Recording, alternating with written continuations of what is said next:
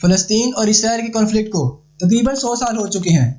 इस कॉन्फ्लिक्ट को समझने के लिए हमें इसकी हिस्ट्री को समझना होगा। फर्स्ट वर्ल्ड वॉर से पहले फ़लस्तीन पर ओटोमन एम्पायर यानी सल्तनत उस्मानिया का कंट्रोल था। उस वक्त मुसलमान यहाँ मेजोरिटी में थे जबकि क्रिश्चियंस और जूस माइनॉरिटी में थे। लेकिन कुछ अरब लीडर्स ओटोमन एम्पायर के शुरू के काफ़ी खिलाफ थे और वो इससे आज़ादी हासिल करना चाहते थे, जिसकी वजह से वो ओटोमन एम्पायर के दुश्मन ब्रिटिशर्स से जा मिले।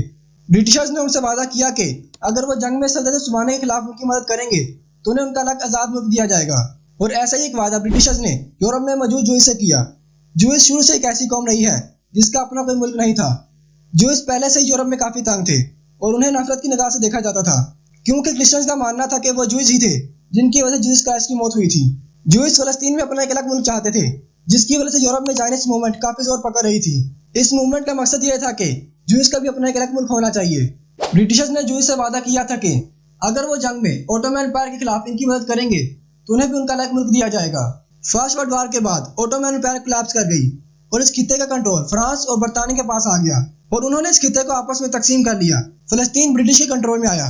इसके बाद यूरोप से यहूदी बड़ी तादाद में फ़लस्तीन आने लगे, पर मुकामी अरबों में और जूस में टेंशन उस वक्त शुरू हुई जब बरतानिया ने जूस के लिए एक इलाका मखसूस किया। सेकेंड वर्ल्ड वॉर में हिटलर ने जूस का कत्ले आम किया, जिसे होलोकॉस्ट भी कहा जाता है।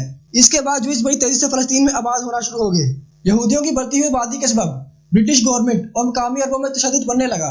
1947 में जब ये तशद्दुद ज़्यादा हो गए तो यूनाइटेड नेशन ने वोटिंग के जरिए फैसला किया कि फ़लस्तीन को 2 हिस्सों में तकसीम कर दिया जाए।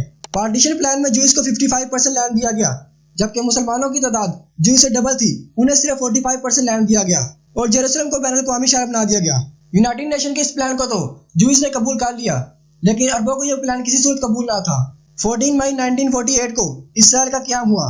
इसराइल के बनते ही 5 अरब कंट्रीज ने उस पर हमला कर दिया।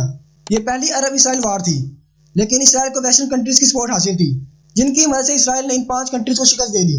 जंग खत्म होने के बाद इसराइल ने फ़लस्तीन के कुछ हिस्सों पर कब्जा कर लिया था। वेस्ट बैंक जॉर्डन के कब्जे में आ गया और गजा इजिप्ट के कंट्रोल में चला गया। 1967 में एक और अरब इसराइल जंग होती है, जिसमें इसराइल का वेस्ट बैंक और गजा स्ट्रिप के साथ साथ इजिप्ट के सनाई और सीरिया से गोलान हाइट्स में कंट्रोल आ गया।